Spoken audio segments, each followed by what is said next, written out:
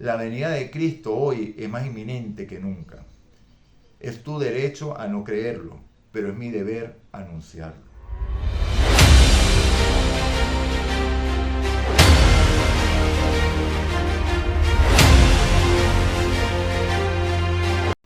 Buenos días, mis amados hermanos. Dios nos bendiga grandemente. Espero que todos se encuentren muy bien.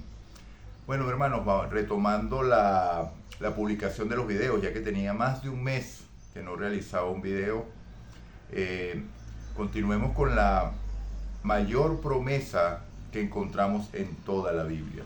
Y no es otra sino la segunda venida de Cristo. La Biblia tiene aproximadamente 3.600 promesas y entre estas está la segunda venida de Cristo como una de las más maravillosas. ¿Okay? Entonces, indudablemente que hablar de este tema nos llena de gozo, nos llena de alegría, nos llena de esperanza, porque creo que nadie puede estar realmente cómodo en este mundo donde hay tanto sufrimiento, tanto dolor. Si no lo estamos experimentando por nosotros mismos, que creo que todos estamos teniendo una cuota, ¿verdad?, de sufrimiento acá, en este mundo, por lo menos conocemos gente que la está pasando realmente mal. Pero este video no tiene el fin de asustarte ni de decir no, porque Dios desea que seamos prosperados en todas las cosas y que tengamos salud, así como prospera nuestra alma, ¿cierto? Pero indudablemente en este mundo sufriremos aflicción. Pero confiemos porque Jesús ha vencido el mundo, ¿ok? Entonces, bueno, para iniciar el estudio, para ver si lo logro hacer, porque tengo como meta que tenga un máximo de 40 o 45 minutos, vamos a iniciar con una oración. Padre nuestro que estás en el cielo, alabado y glorificado sea tu nombre. Te damos las gracias, oh Padre, por este día. Gracias por tu bondad, gracias por tu infinita misericordia, que cumpliéndose tu palabra, estas han sido renovadas esta mañana nuevamente conforme a tu santa y divina voluntad. Gracias por este aire que estamos respirando, Señor, y gracias por la oportunidad que me das de compartir la santa palabra de Dios, tu santa palabra, mi Señor, y así alertar o comunicar a los hermanos de que tu venida está próxima, Señor. Gracias te damos, Señor, porque sabemos que es una promesa que muy pronto se cumplirá y pronto estaremos juntos como una gran familia junto a ti. Ya no estoy ansioso, Señor, por darte ese abrazo, por encontrarme contigo, poderte ver cara a cara. La gloria y la honra sea para ti. Perdona nuestros pecados y limpia nuestros corazones. Te lo pido también. Te clamo por el Santo Espíritu para que sea el que dirija este video y hable por medio de mí. Te lo pido en el nombre santo de tu Hijo Jesús. Amén y amén. Bueno, mis hermanos, fíjense. Como les comenté anteriormente, la venida de Cristo es la promesa más maravillosa que tenemos en toda la Biblia. Entonces, vamos a ponerle brillo a esto. Ok, entonces fíjense. ¿Por qué lo afirmo? Porque la Biblia sí lo dice. Cuando leemos el libro de Tito, el capítulo 2, versículos 11 y 12, dice así: porque la gracia de Dios se ha manifestado para salvación a quienes, a todos los hombres, no a unos cuantos, no a los predestinados, sino a todos los hombres. ¿Ok? ¿Cuál es la diferencia? Eso ya lo vimos en el último video de que hablaba de la predestinación, ¿cierto?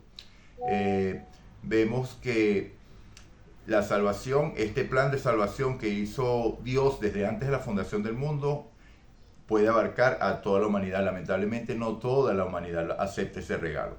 Entonces, bueno, mis hermanos, la salvación a todos los hombres, enseñándoos que, renunciando a la impiedad y los deseos mundanos, vivamos en este siglo sobria, justa y piadosamente. Y aquí viene el versículo 12. El versículo 13. Aguardando la esperanza bienaventurada. Esperanza como bienaventurada, la esperanza feliz, ¿ok? Y la manifestación gloriosa de nuestro gran Dios y Salvador Jesucristo. Gloria a Dios. Eso es lo que estamos esperando. Y culmino con el versículo 14, porque recordemos que siempre debemos usar la Biblia en su contexto. Nunca debemos usar versículos aislados. Y dice así, culmina así: quien se dio a sí mismo por nosotros para redimirnos de toda iniquidad y purificar para sí un pueblo propio celoso de buenas obras. Gloria a Dios. Todo eso por la acción del Espíritu Santo, este último versículo. Entonces, ¿cómo lo llama la Biblia, hermano? Lo llama la esperanza bienaventurada, ¿cierto? Según estudios realizados por teólogos, ¿verdad? Y eruditos de la Biblia, este evento está profetizado en más oportunidades en la Biblia que la primera venida de Cristo. Interesante, ¿cierto? Que se habla más de la segunda que de la primera venida de Cristo. Y van a quedar un poco sorprendidos, así como yo quedé, cuando vemos la cantidad de veces que este evento se nombra en el Antiguo Testamento. Unas 1845 veces está nombrado este evento en el Antiguo Testamento. Entonces vemos claramente, hermanos, que el Antiguo Testamento es tan importante como el Nuevo Testamento para nosotros como cristianos, ¿cierto? Entonces fíjense, hermano. ¿Y cuántas veces ha sido nombrado en el Nuevo Testamento? Unas 300 veces, por lo cual es una promesa más nombrada en toda la Biblia, que consta de unas 3700 promesas, ¿ok? Entonces, bueno, mi hermano, fíjense aquí. Veamos qué nos dice el Antiguo Testamento al respecto. ¿Ok? Entonces, fíjense, yo voy a nombrar nada más unos 3 o 4 textos en el Antiguo Testamento para que poder hacer el video un poco más compacto y directo al grano. Entonces, ¿dónde fue nombrada por primera vez esto? Aunque no lo nombre implícitamente, hay una promesa de salvación y erradicación del pecado. Y eso lo vemos en Génesis 3:15, que dice así: y pondré enemistad entre ti y la mujer, entre tu simiente y la simiente de ella. Esta te herirá en la cabeza y tú le herirás en el calcañar. ¿Qué es lo que está sucediendo aquí? Sin duda no se está hablando directamente de la segunda venida de Cristo, como ya les especifiqué, pero sí está afirmando que Él, ¿quién es Él? Jesús, ¿verdad? Como simiente de la mujer aplastará la cabeza de la serpiente, que sabemos que la serpiente, ¿quién es? El diablo y Satanás. Lo cual marcaría el fin de su reino de muerte y mentira, es decir, el fin de la era del pecado. Ahora leeremos textos del Antiguo Testamento que claramente hablan de la segunda venida de Cristo, o sea, ya los que lo dicen de manera directa. Daniel capítulo 2, a partir del versículo 31, dice así. Este es en el contexto del sueño que tuvo Nabucodonosor, ya esta es la interpretación.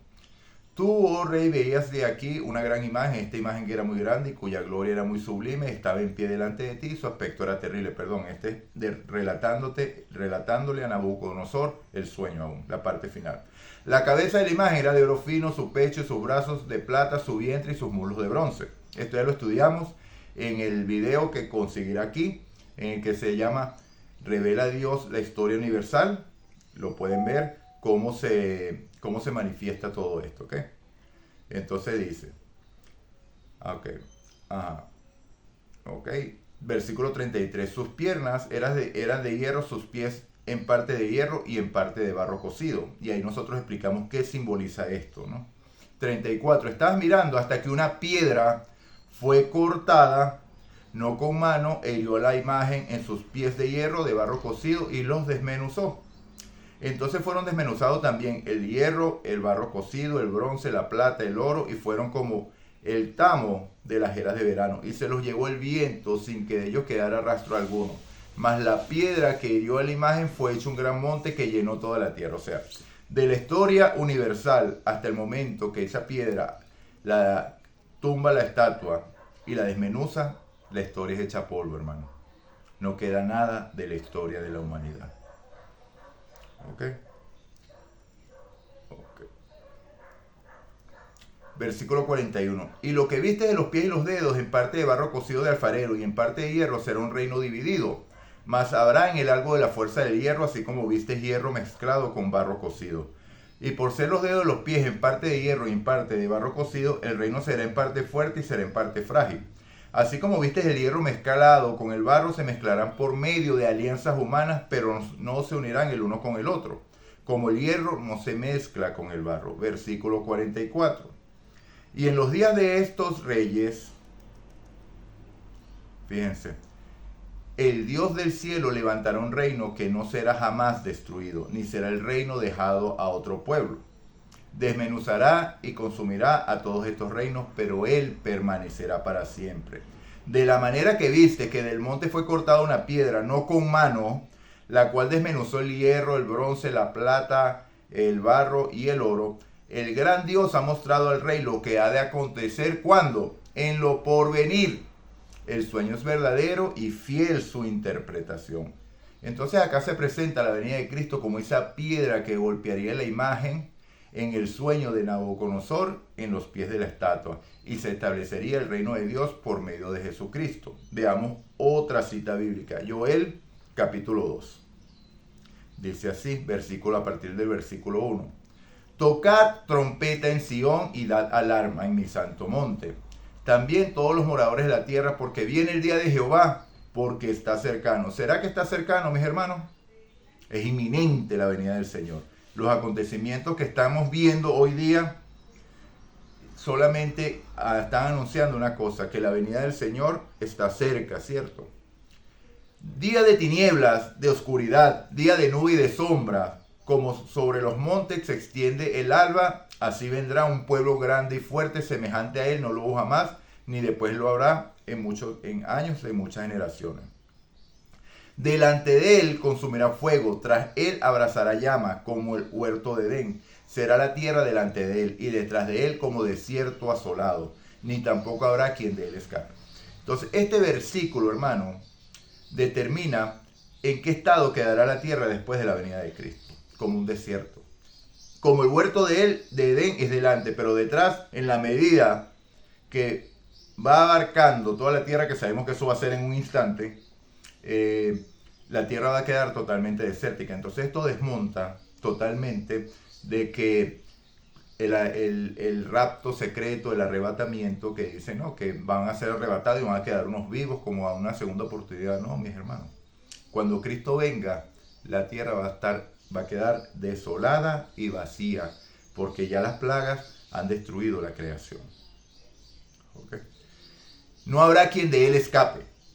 Entonces, ¿quiénes son los que van a quedar vivos ante como una segunda oportunidad durante 3 años y medio probando y sufriendo en un tipo de calvario, en un tipo de purgatorio aquí, para que su carácter sea modificado? Y así, cuando Cristo venga la tercera vez, que es lo que dicen, entonces puede estar junto con él a establecer un reino terrenal, ¿no, mis hermanos? Jesús le dijo a Pilato claramente, mi reino no es de este mundo. El reino de Cristo no va a ser establecido en este mundo. El reino de Cristo es algo totalmente distinto a lo que usted está acostumbrado y a lo que yo estoy acostumbrado.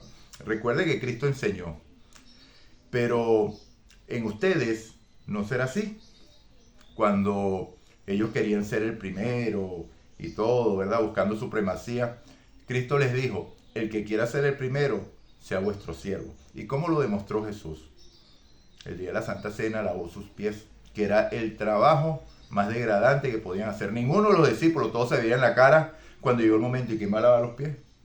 Y Jesús no tuvo problema en colocarse la toallita en la cintura, ¿verdad? Ceñirse la toallita ahí y proceder a lavar los pies a los discípulos. El que quiera ser el primero, sea vuestro siervo.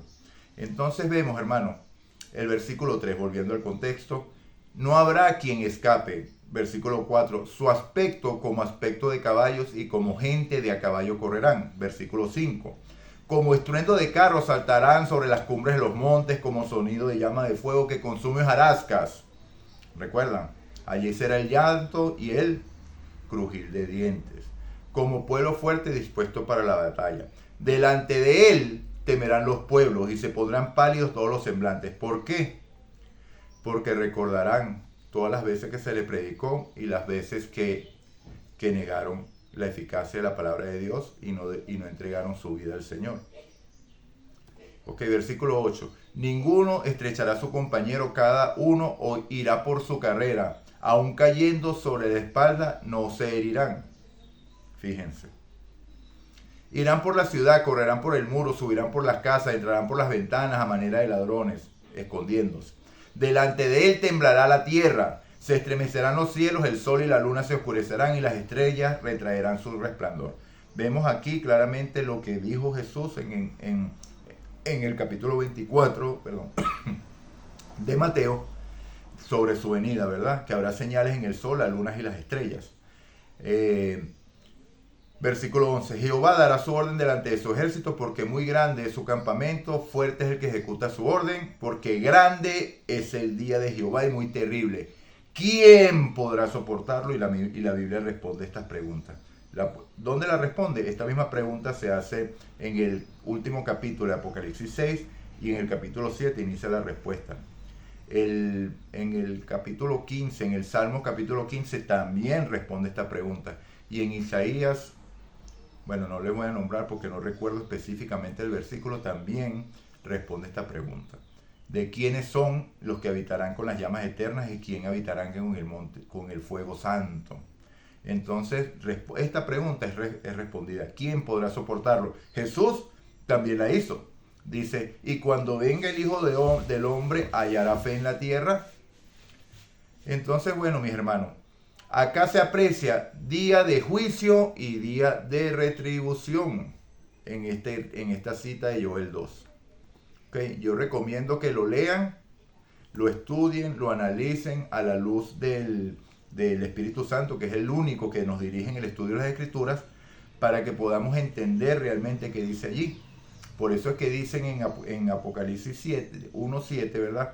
Que todo lo verá y habrá gran lamentación en la tierra, porque la tierra dejará de ser. Dejará de ser en ese momento toda vida en la tierra. ¿Quedará quién? Satanás y sus ángeles por 1000 años acá, en una tierra desolada y vacía, encarcelados acá porque no tienen a nadie a quien engañar. Entonces, eso es lo que simboliza el encierro o las cadenas de Satanás, no tener a quien engañar, porque Satanás es ¿cómo lo define la Biblia? Asesino y engañador. ¿Desde cuándo? Desde el principio. Entonces, fíjense, acá se aprecia día de juicio y retribución, el espanto que sufrirán aquellos que hayan rechazado el llamado de misericordia y gracia dado por Dios, representado en la muerte de Cristo como Cordero que vendría a morir por nosotros. ¿Cierto? Okay.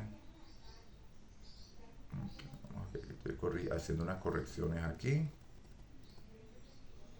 Okay. Día de espanto terrible para los pecadores, pero de esperanza y salvación para los que aman su venida. Porque saben que su ciudadanía no es terrenal, sino que esperan una ciudad cuyo arquitecto y constructor es Dios, así como Abraham, ¿verdad? Abraham esperaba una ciudad cuyo arquitecto y constructor era Dios, o es Dios. Entonces vemos, hermano, cuando hablamos de juicio, generalmente la gente se espanta cuando uno habla de Apocalipsis, la gente, ¿qué es eso? No me hables de eso. Pero son temas que son de gran esperanza para el pueblo del Señor. O sea, para los impíos representan juicios, destrucción, pero para el pueblo de Dios representa liberación. El mismo juicio, hermanos, que destruyó a Egipto por plagas, fue el mismo juicio que libertó al pueblo de Dios. Entonces, ese es un tipo y esto será el antitipo. ¿Okay? Ya nosotros fuimos liberados por Cristo, fuimos liberados de Egipto, en su muerte en la cruz fuimos liberados de esa esclavitud del pecado, pero ahora vamos a ser libertados totalmente de la presencia del pecado. Cuando Cristo vino a salvarnos de 3 cosas, hermano. De la condenación del pecado, porque la paga del pecado es ¿qué? Muerte, ¿verdad? De la presencia, del poder del pecado, que el pecado busca, el pecado está aquí en la carne, y el pecado va a buscar siempre tomar posesión de mí si yo no me someto o no clamo por el poder de Dios para que esta naturaleza pecaminosa quede sometida bajo el poder del Espíritu.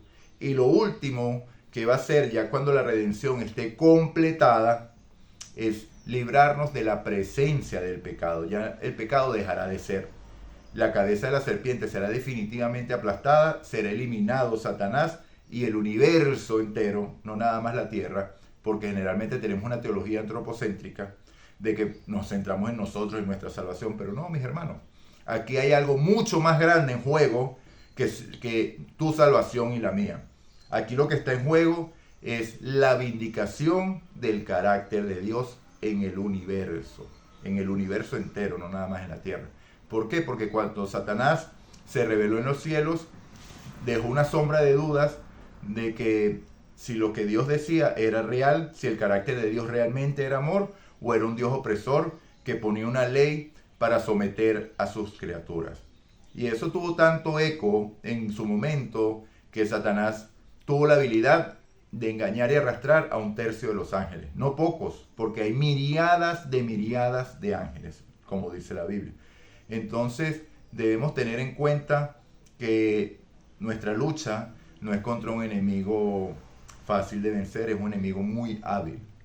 Ahora que ya el carácter de Satanás fue expuesto ante el universo, lo vemos en Colosenses 2:15, que por medio de la muerte en la cruz, ellos fueron exhibidos públicamente. Ya no hay duda de que el carácter de Satanás es asesino, mentiroso, ladrón y todos esos atributos malignos, ¿verdad? Que ejecuta desde un principio, desde que se corrompió. Cuando leemos Isaías 14, vemos que eras perfecto en todos tus caminos, Ezequiel 28 o Isaías 14, hasta que se halló maldad en ti. Entonces, por la multitud de tus contrataciones te envaneciste y por tu hermosura. Entonces vemos que Satanás, Dios hizo un ser perfecto llamado Lucero de la mañana, Lucifer, pero él se corrompió y a partir de allí su plan fue sentarse en el trono de Dios. Una lucha contra Jesús y sentarse en el trono de Dios como Dios. Entonces vemos acá, ok, sigamos.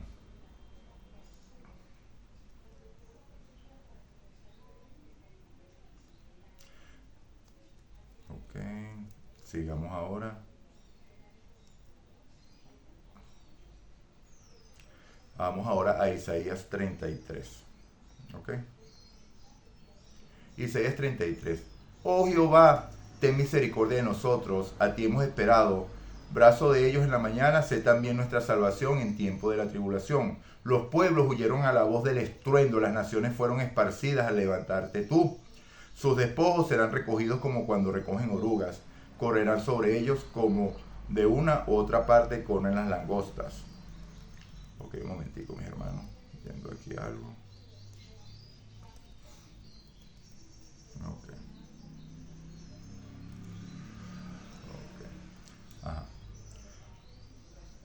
Y vamos al versículo 3. Versículo 4. Sus despojos serán recogidos como cuando recogen orugas, correrán sobre ellos como de una u otra parte correrán las langostas. Será exaltado Jehová, el cual mora en las alturas, lleno a Sión de juicio y de justicia. Y reinarán en sus tiempos la sabiduría y la ciencia, abundancia de salvación, el temor de Jehová será su tesoro. Y aquí que sus embajadores darán voces afuera, los mensajeros de paz llorarán amargamente. Las calzadas están deshechas, cesaron los caminantes, ha anulado el pacto, aborreció las ciudades, tuvo en nada a los hombres. Se enlutó, enfermó la tierra, el Líbano se avergonzó y fue cortado. Sarón se ha vuelto como desierto y Basán y el Carmelo fueron sacudidos. Versículo 10. Ahora me levantaré, dice Jehová, ahora seré exaltado, ahora seré engrandecido. Concebiste hojarascas, rastrojos daréis a luz. El soplo de vuestro fuego os consumirá. Y los pueblos serán como cal quemada, como espinos cortados, serán quemados con fuego. Oíd lo que estáis lejos, lo que he hecho, y vosotros los que estáis cerca, conoced mi poder. Los pecadores se asombraron en Sión. Espanto sobrecogió a los hipócritas. ¿Quién? Aquí es donde dice la cita que yo les había nombrado, es en Isaías 33. ¿Quién de nosotros morará con el fuego consumidor y quién de nosotros habitará con las llamas eternas? Aquí está Dios respondiendo lo que preguntó allá en Joel. ¿Y quién estará en pie? Versículo 15 de Isaías 33. El que camina en justicia y habla lo recto, el que aborrece la ganancia de violencias, el que sacude sus manos para no recibir cohecho, el que tapa sus oídos para no oír propuestas sanguinarias y el que cierra sus ojos para no ver cosa mala. Versículo 16. Este habitará en las alturas, fortaleza de roca será su lugar de refugio, se le dará su pan y sus aguas estarán seguras. Tus ojos verán al Rey en su hermosura, gloria a Dios. Verán la tierra que está lejos, versículo 18. Tu corazón imaginará el espanto y dirá, ¿qué es del escriba? ¿Qué del pesador del tributo? Del que pone en la lista las casas más insignes, versículo 19. No verás a aquel pueblo orgulloso, lleno de pueblo de lengua difícil de entender, de lengua tartamuda que no comprendes. Mira a Sión, ciudad de nuestras fiestas solemnes. Tus ojos verán a Jerusalén, morada de quietud, tienda que no será desarmada, ni será arrancada sus estacas, ni ninguna de sus cuerdas será rota. Porque ciertamente allí será Jehová con nosotros fuerte, lugar de ríos, de arroyos muy anchos, por el cual andará galera de remos, ni por él pasará nave. Porque Jehová es nuestro juez, Jehová es nuestro legislador, Jehová es nuestro rey, y él mismo nos salvará. Qué maravillosa promesa, hermanos, del juicio, ¿cierto? O sea, Jehová es el juez, Jehová es el que hace la ley, Jehová es el rey, y él mismo nos salvará. Entonces aquí donde yo le dije, el mismo juicio que es espanto terrible para los impíos, es el mismo juicio, hermano, que libera al pueblo de Dios. Maravillosa noticia, espero que lo estés viendo, que lo que escuches lo estés entendiendo, porque esto es maravilloso. Todo esto, hermano, es en el contexto de la segunda venida de Cristo. Día de retribución, día de espanto, día de temor, día de crujir de dientes, pero día de alegría y de gozo para aquellos que aman su venida. La gloria sea de Dios. Entonces con la Biblia comprobamos que esto es anunciado con claridad en el Antiguo Testamento, una gran cantidad de citas.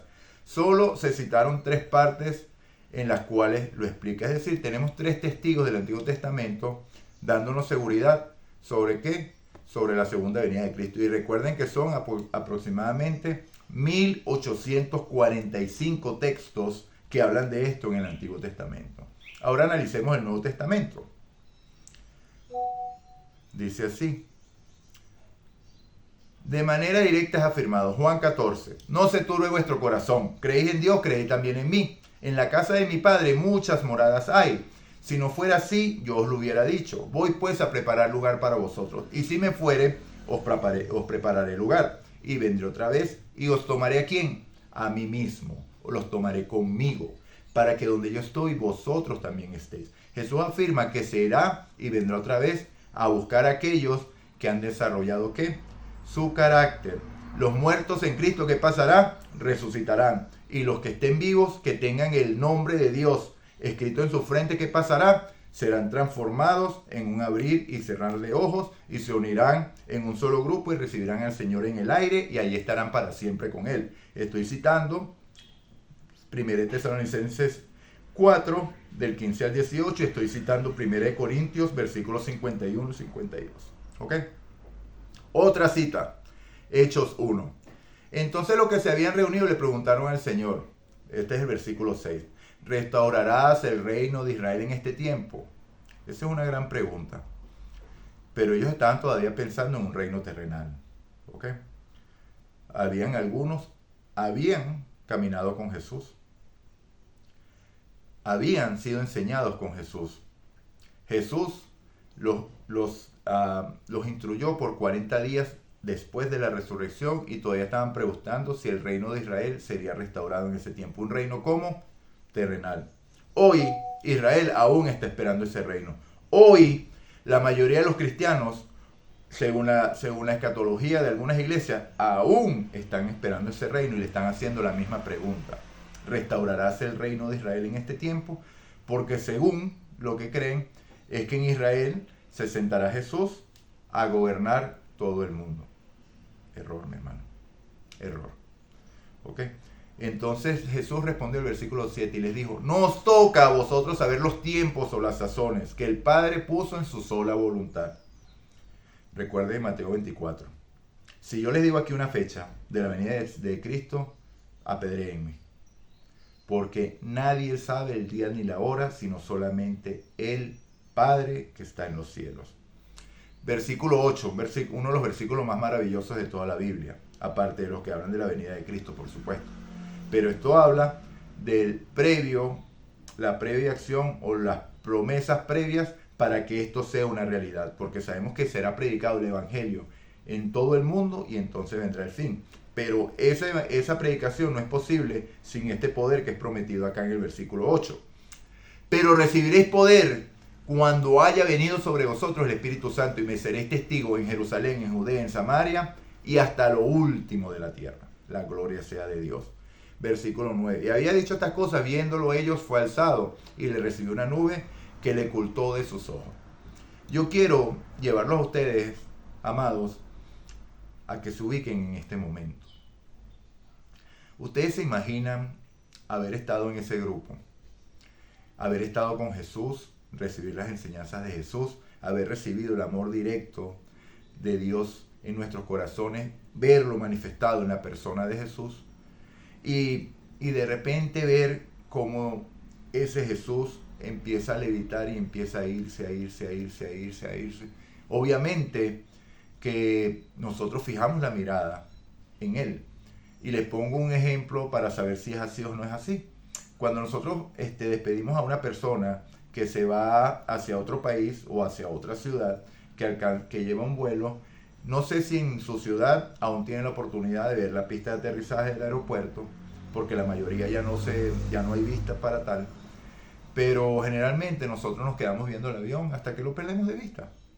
Entonces es una situación similar. Ellos se quedaron viendo, pero miren la respuesta. Versículo 10. Y estando ellos con los ojos puestos en el cielo, entre tanto que él se iba, se pusieron junto a ellos dos varones con vestiduras blancas, los cuales también le dijeron, varones galileos, ¿por qué estás mirando al cielo? ¿Por qué estás aquí? ¿Acaso no se les dio una comisión?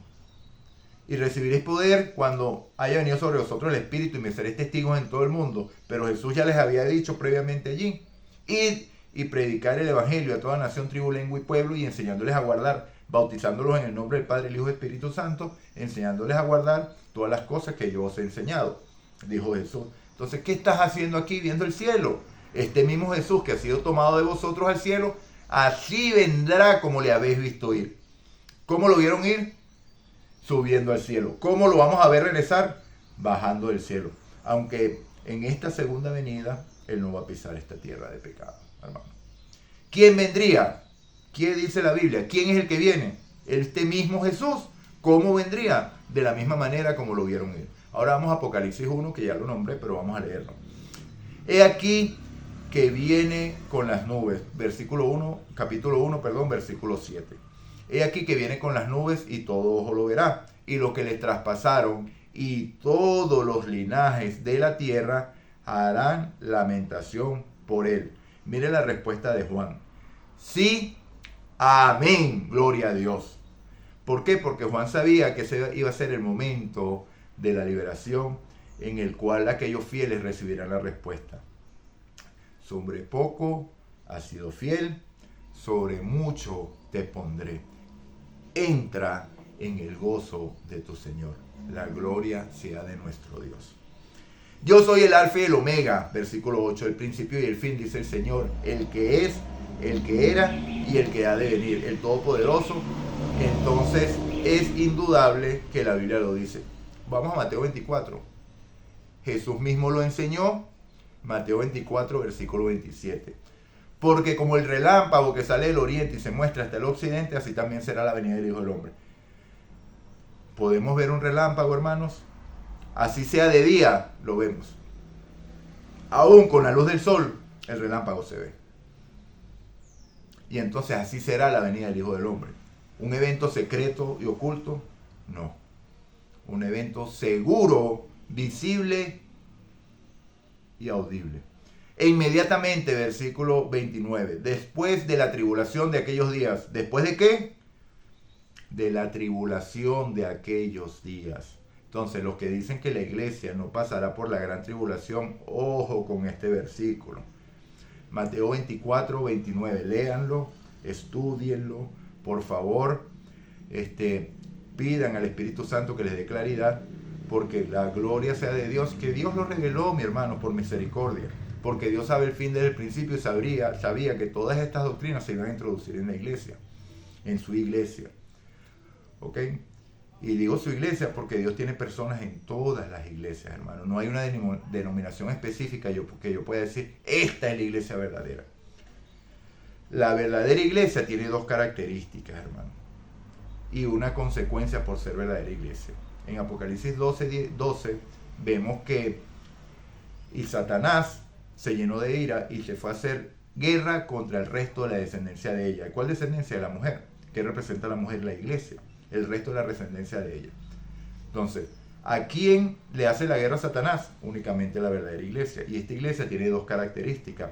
Guarda los mandamientos de Dios y tiene el testimonio de Jesucristo. Apocalipsis 12, versículo 17. Entonces, bueno, hermano, versículo 29. Inmediatamente después de la tribulación de aquellos días, el sol se oscurecerá y la luna no dará su resplandor. Las estrellas caerán del cielo y las potencias de los cielos serán conmovidas. Versículo 30. Del 30 al 39 voy a leer. Voy a darle seguido para darle más rápido. Entonces aparecerá la señal del Hijo del Hombre en el cielo y entonces lamentarán todas las tribus de la tierra y verán al Hijo del Hombre viniendo sobre las nubes del cielo con poder y gran gloria. Y enviará a sus ángeles con gran voz de trompeta. ¿Se recuerdan? 1 Tesalonicenses 4, creo que 17. Y el mismo Señor, con voz de mando, con voz de trompeta, con voz de arcángel, con trompeta de Dios descenderá del cielo. Los muertos en Cristo resucitarán primero. Esto es lo mismo que está diciendo Jesús. Y enviará a sus ángeles con gran voz de trompeta y juntará a sus escogidos de los cuatro vientos, de todos los puntos cardinales de la tierra, desde un extremo del cielo hasta el otro. Es lo mismo, hermano. Aquí, Cristo dijo primero lo que Pablo después dijo en 1 Tesalonicenses 4, creo que 16, 17 y 18, y en 1 Corintios 15, 5, 51, 52. De la higuera aprender la parábola. Cuando ya su rama está tierna y brotan las hojas, sabe que el verano está cerca. Hermanos, el verano está cerca. Así también vosotros, cuando veáis todas estas cosas, conoced que está cerca a las puertas. Jesús está a las puertas, mi amado. Como dice un escrito que muchos han publicado y que yo cada vez que lo veo lo comparto, dice: la venida de Cristo hoy es más inminente que nunca. Es tu derecho a no creerlo, pero es mi deber anunciarlo. ¿Ok? Así también vosotros, cuando veáis todas estas cosas, conoced que está cerca a las puertas. De cierto os digo que no pasará esta generación hasta que todo esto acontezca. El cielo y la tierra pasarán, pero mis palabras no pasarán. Aquí voy con el versículo que les nombré anteriormente. Pero el día y la hora nadie sabe, ni aun los ángeles del cielo, sino solo mi Padre. Mas, como en los días de Noé, así será la venida del Hijo del Hombre. Porque como en los días de Noé, del 38 y el 39 son cruciales para entender algo que voy a explicar. Porque como en los días de Noé antes del diluvio estaban comiendo y bebiendo, casándose y dándose en casamiento, hasta que el día en que Noé entró en el arca, y no entendieron hasta que vino el diluvio y se los llevó a todos. Y así también será la venida del Hijo del Hombre. Acá Jesús mismo explica que Él vendría nuevamente y deja claros los acontecimientos que anteceden a su venida, como les dije. Destacando los versículos 38 y 39, hablando de los días de Noé, vamos a estudiar directamente cómo eran esos días. Génesis 6, versículo 5. Y vio Jehová que la maldad de los hombres era mucha en la tierra, y que todo designio, los pensamientos del corazón de ellos, era de continuo solamente el mal. Y se arrepintió Jehová de haber creado hombre en la tierra, y le dolió en su corazón. Cuando vemos aquí que se arrepintió Jehová, es el dolor que sintió. Posiblemente la traducción no es totalmente la correcta, porque vemos también versículos que dice que Jehová no es hombre para que no cumpla su palabra, ni hijo de hombre para que se arrepienta de las cosas que hizo. Y entonces el versículo 7 dice: y dijo Jehová, raeré sobre la faz de la tierra los hombres que he creado, desde el hombre hasta la bestia y hasta el reptil y las aves del cielo, pues me arrepiento de haberlos hecho. Pero Noé halló gracia ante los ojos de Dios. Entonces, aquí este versículo también es una enseñanza para aquellos que dicen que la gracia solo empezó, ya no estamos bajo la ley, estamos bajo la gracia. Después de la muerte de Cristo, después que Cristo vino, ya no hay ley, hay solo gracia. La gracia es ahorita con Cristo. No, mi amado. La salvación del hombre siempre ha sido por gracia, porque nosotros no merecemos ser salvos. Siempre ha sido un regalo de Dios, ¿ok? Para la gloria de su nombre. Y entonces dice, hermano, ahora, ¿qué fue lo que sucedió? Vamos a seguir. ¿Qué características encontramos aquí? Primero, una maldad sin igual. Y segundo, una gracia sobre un remanente por medio de Noé. ¿Qué sucedió? Seguimos. Versículo 11. Se corrompió la tierra y estaba llena de violencia. Miró Dios desde la tierra, versículo 12. Y aquí que estaba corrompida porque toda carne había corrompido su camino sobre la tierra, incluyendo los animales, hermano. Porque cuando Dios creó la tierra, el león no se comía la cebra. Cuando usted lee Génesis 1, creo que 29 o 30, ve que los animales comían el pasto. Todos los animales comían pasto. Es su derecho a no creerlo. Es mi deber anunciar la verdad de la Biblia, porque la Biblia es la palabra de Dios. Y si ahí lo dice, es verdad. Por fe. ¿Ok? Usted dirá, pero los colmillos y todo aquello. Y, mis hermanos, en el mundo que Dios creó no existía la muerte. Entonces, no habían animales carnívoros. Entonces, cuando aquí dice que toda carne se corrompió, esto incluye los animales. Pero, ¿consecuencia de qué? Del pecado de Adán. Del pecado que entró por el hombre, creer que tenía la responsabilidad de mantener a la tierra como Dios la había creado. Cuando Satanás entra en el juego que convence, entonces empieza a hacer su obra y se corrompió toda carne sobre la tierra. Versículo 13. Dijo pues Dios a Noé, he decidido el fin de todo ser, porque la tierra está llena de violencia a causa de ellos, y aquí que yo los destruiré con la tierra. Hazte un arca de manera de gofer, harás aposento en el arca y calefetearás con brea, por dentro y por fuera. Y de esta manera la harás de 300 codos de longitud, de 50 codos de anchura y de 30 codos de altura. Fíjense que Dios da especificaciones, hermano. Dios siempre da las especificaciones de qué es lo que nosotros tenemos que hacer. Noé pudo haber hecho, no, pero Dios, esa arca es muy grande. Yo lo voy a hacer de esta manera porque pienso que es mejor. Pero Noé no hizo eso, mi hermano.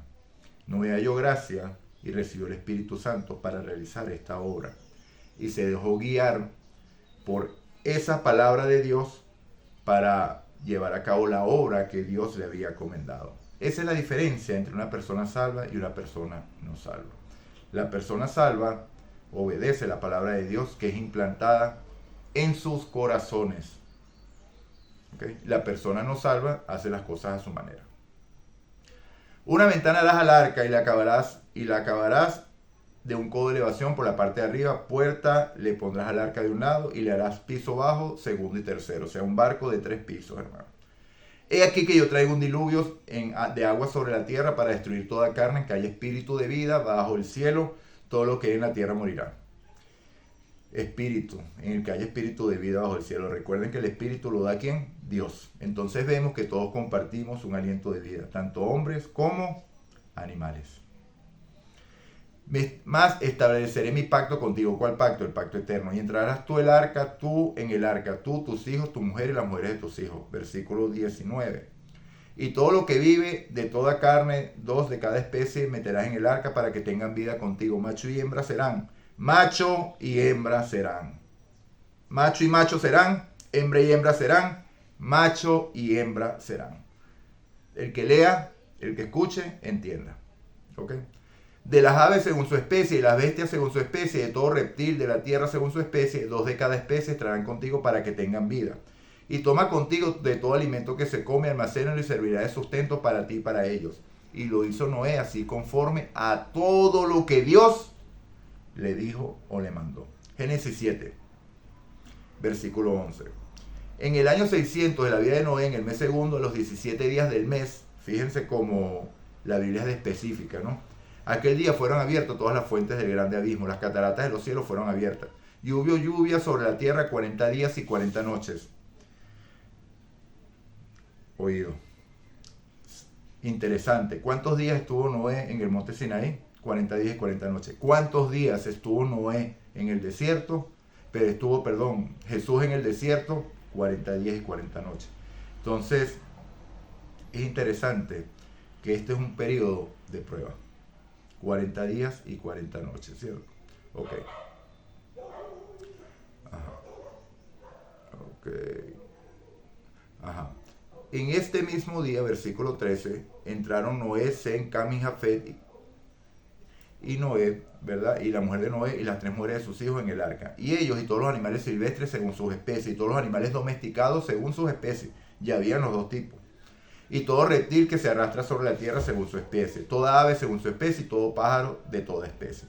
Vinieron pues con Noé al arca de 2 en 2 de toda carne que había en espíritu de vida. Versículo 16, fíjense aquí. Y los que vinieron, vuelve a decirlo, macho y hembra de toda carne vinieron como lo había mandado Dios. Dios le puso la orden a los animales y los animales no pusieron peros, fueron mansamente, animales silvestres, animales salvajes. Y fíjense lo que dice el versículo 16 al final. Y Jehová cerró la puerta. ¿Quién cerró la puerta? Noé. Jehová cerró la puerta, mis hermanos. Cuando Dios cierra una puerta, nadie puede abrirla. Cuando Dios abre una puerta, nadie puede cerrarla. Conseguimos símbolos en Apocalipsis. Cuando nosotros vemos Apocalipsis 4, empieza en los primeros versículos, dice Juan, y vi una puerta abierta. Y entonces empieza y Juan ve la adoración celestial.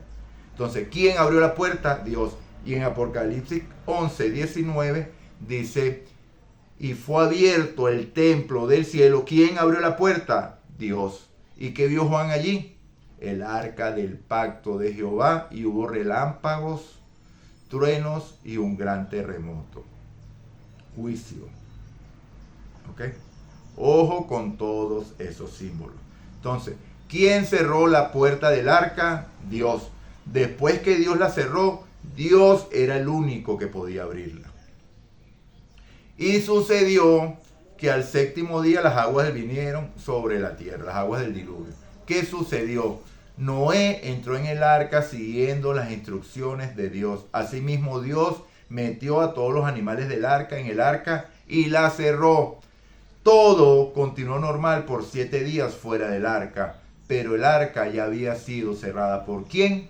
Por Dios. Los de afuera ya estaban definitivamente perdidos, sin posibilidad de entrar al arca, y no lo sabían, mis hermanos. Ellos no sabían que ya no había oportunidad de salvación, que su sentencia ya había sido dada. ¿Por qué? Porque Noé les predicó, fueron advertidos y decidieron, por la dureza de su corazón, llamar a Noé loco, no atender ese llamado de amor y misericordia para encontrar salvación y entrar en el arca y sobrevivir al diluvio. ¿Ok? Pronto, mi hermano, sucederá lo mismo. Pronto se dará la última invitación para aceptar la gracia de Dios. La puerta de la gracia se cerrará y no sabrán hasta que empiecen a caer las plagas. Entonces yo te digo hoy, mi hermano, si escuchas hoy su voz, no endurezcáis vuestros corazones como en la provocación. Queda poco tiempo, mi amado. Poco tiempo, poquísimo tiempo, amado. Y estoy haciendo este estudio por amor a ti, por amor a mí. No sea que siendo yo el que los anuncia la verdad, vengo a ser yo hallado falto. ¿Ok? No endurezcáis vuestros corazones como en la provocación. La venida de Cristo es más inminente hoy como nunca ha sido en todos los tiempos. No creas que esto es cíclico, como te lo dicen algunos, que todo esto pasará. No, mi amado. Ya el acontecimiento está a las puertas, tú puedes ver. Ya lo voy a decir a continuación. No sabemos el día y la hora, pero sabemos cuán cerca está su venida por las señales que él dejó. Mateo 24. Respondiendo, Mateo 24, versículo 4. Jesús le dijo, mira que nadie os engañe. Versículo 5, porque muchos vendrán en mi nombre diciendo, yo soy el Cristo, y muchos engañarán. No solamente yo soy el Cristo, muchos engañarán. Si no estoy en lo correcto, bueno, me disculpan, pero hay aproximadamente 30.000 denominaciones que se llaman cristianas. Y todas tienen doctrinas y todas dicen ser la iglesia verdadera. Esto incluye la iglesia católica, que es la que tiene el mayor número de creyentes. Porque ese número de creyentes lo ganó en base a sometimiento y en base a tradiciones, desde por allá, bien atrás, ¿cierto?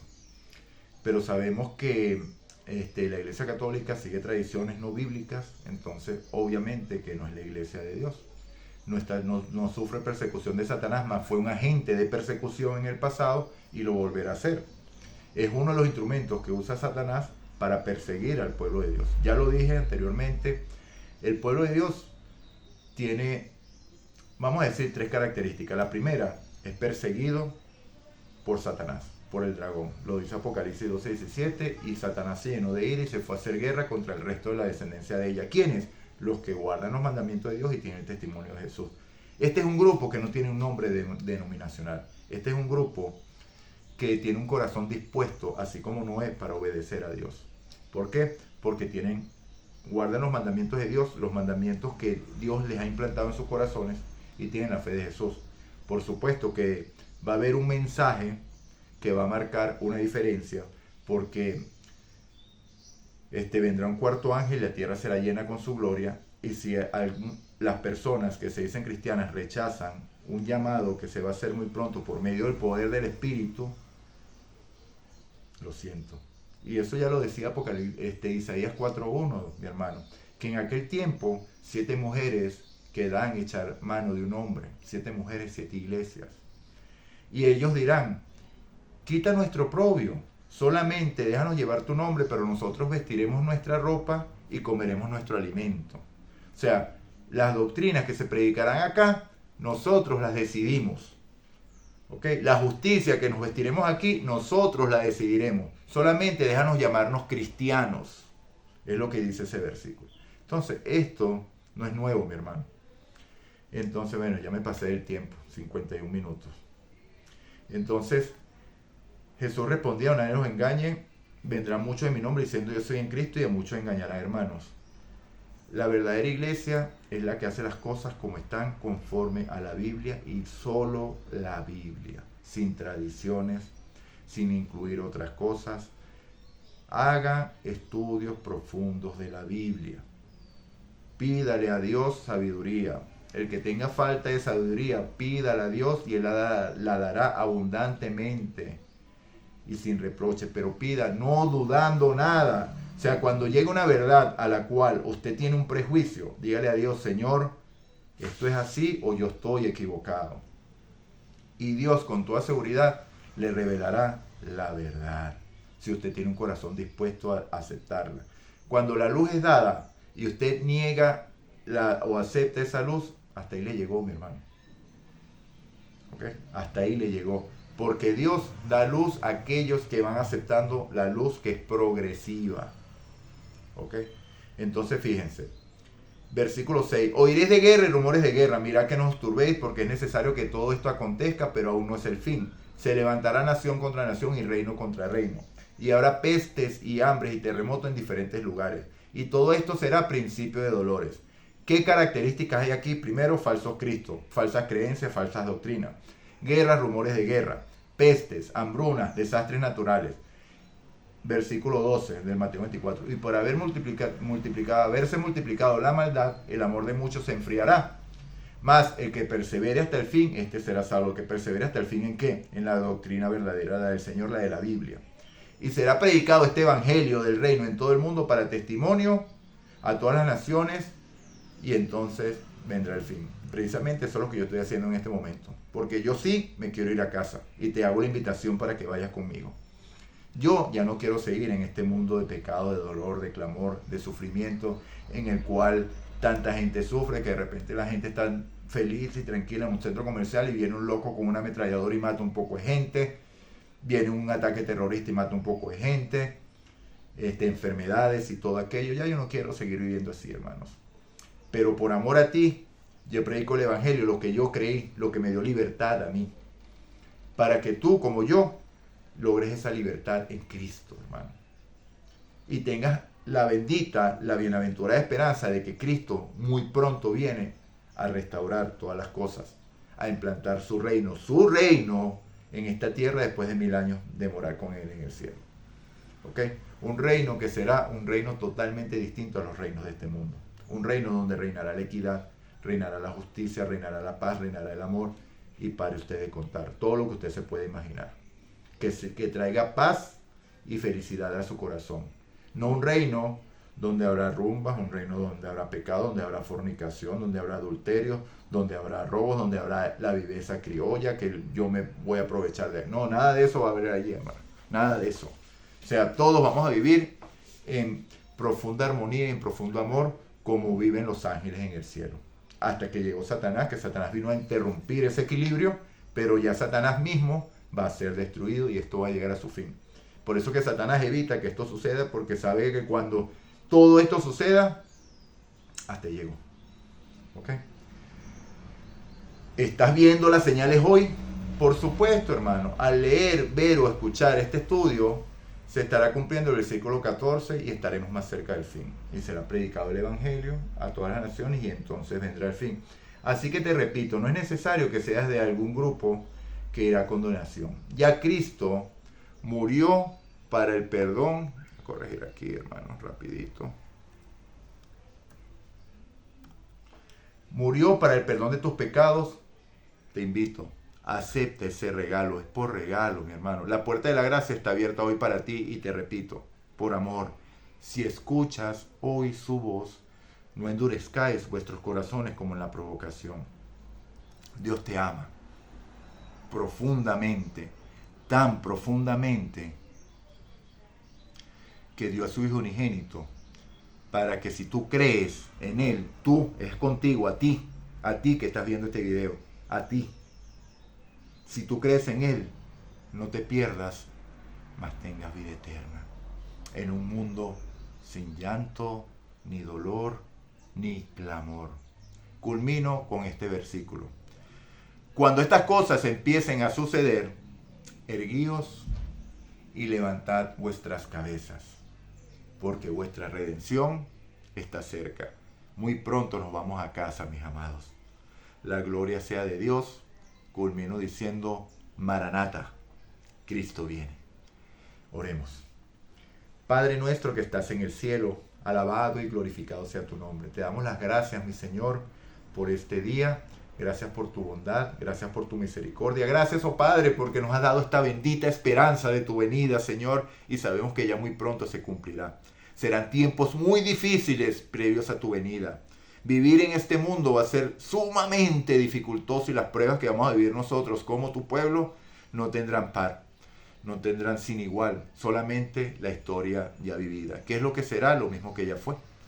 Así que seremos perseguidos, seremos algunos martirizados por causa de tu nombre, pero nuestra esperanza y nuestra vista está en ti.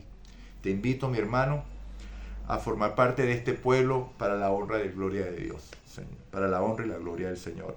Así que gracias te doy, Señor, por tu palabra, por tus revelaciones y por tu justicia que pronto será implantada. Estas cosas las digo con el perdón de nuestros pecados, en el nombre de Jesús. Amén y amén. Dios te bendiga, Dios te guarde, amado.